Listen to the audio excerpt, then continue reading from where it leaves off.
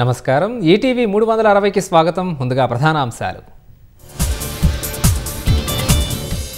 ఉగ్రవాదానికి వ్యతిరేకంగా దేశమంతా ఏకమైందన్న ప్రధాని, నక్సలిజం నిర్మూలనలో గర్వించే విజయం సాధించామని వెల్లడి. సంగారెడ్డి మహిళల డ్రోన్ల వినియోగంపై మన్ కీ బాత్లో ప్రస్తావన. సాగులో సమయం, డబ్బు ఆదా చేస్తున్నారని ప్రధాని ప్రశంస. ప్రపంచంలో 4వ అతిపెద్ద ఆర్థిక వ్యవస్థగా భారత్, జపాన్ను అధిగమించిందని నీతి ఆయోగ్ సీఈఓ వెల్లడి. హమాలీల కొరతతో మందగొడిగా ధాన్యం కొనుగోళ్లు, తడిసిన వడ్లను సైతం కొనాలని రైతుల గగ్గోలు.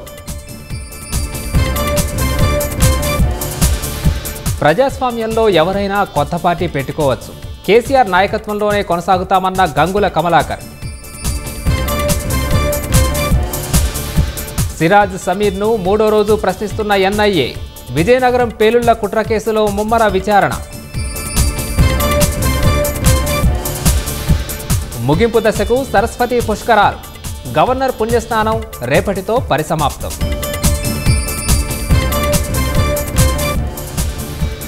ఢిల్లీలో భారీ వర్షంతో లోతట్టు ప్రాంతాలు జలమయం, కూలిన చెట్లు, రాకపోకలకు అంతరాయం.